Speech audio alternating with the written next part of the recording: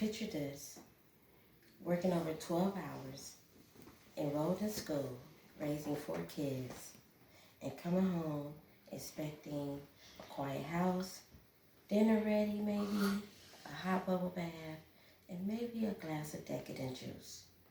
Instead, you come home to dirty dishes, dirty laundry, and clean clothes still not put away, toys everywhere, and the house is just in chaos. Not to mention, the kids are not at their full potential with the virtual learning, so they need help all day with homework. Things can get very stressful. This is my situation, and I understand that times are different and stress is individualized. The CDC explains that the pandemic has given to mental health awareness. The CDC.gov also explains that mental health is an important part of overall health and well-being. Mental health includes our emotions, our psychological and social well-being. It affects how we think, how we act, and it helps us how we determine stress in our lives and relate to others and make healthy choices. Mental health is important at every stage of life, from childhood, adolescence, all the way through adulthood. So how do we cope?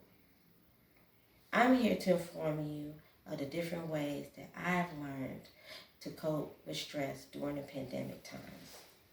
The first thing that I've learned is to organize my time.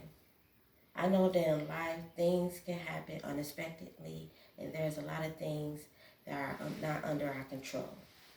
I made a visual schedule for my house so that specific chores could get done weekly. I also made personal schedules for my kids that are individualized to meet each of their needs. Another way that I've learned to relieve stress is to get back on track with my fitness plan, which includes eating healthier and exercising. Unfortunately, my abs was lost somewhere in the kitchen. I gained about 15 pounds during the pandemic. I've been eating unhealthy and with a lot of sweets and processed foods.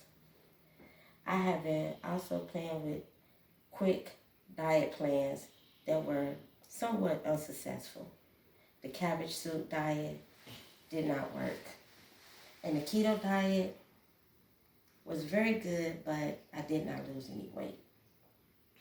Joining the gym was successful for about 10 days, and then I slacked off.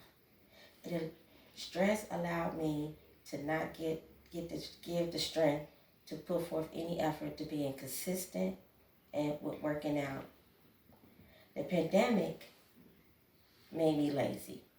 That's what happened. But I had to do a lot of self-reflection and become determined to be consistent with working out and sticking to a plan. I also incorporated working out with family and friends and my children so they could learn to stay fit at a young age. Working out as a family was fun and can be a precursor for healthier living. Connecting with friends and family is another way that I've learned to relieve stress. Social media is a way to stay connected, but I decided to actually call my friends and family who I lost contact with throughout the years. I call family members who I grew up with over time and haven't spoke to in about 10 years, and just the simple statement of saying hi and that you were in my thoughts made somebody's day. You never know what's going on in their lives. Mm-hmm. So being connected was a good way for me in having a bigger positive circle.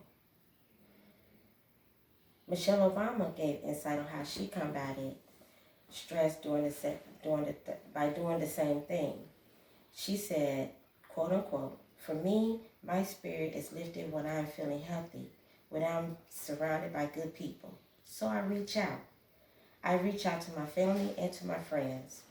Even in these times of quarantine, I to continue to find a way to stay connected to the family in my life and the people in my life who bring me joy.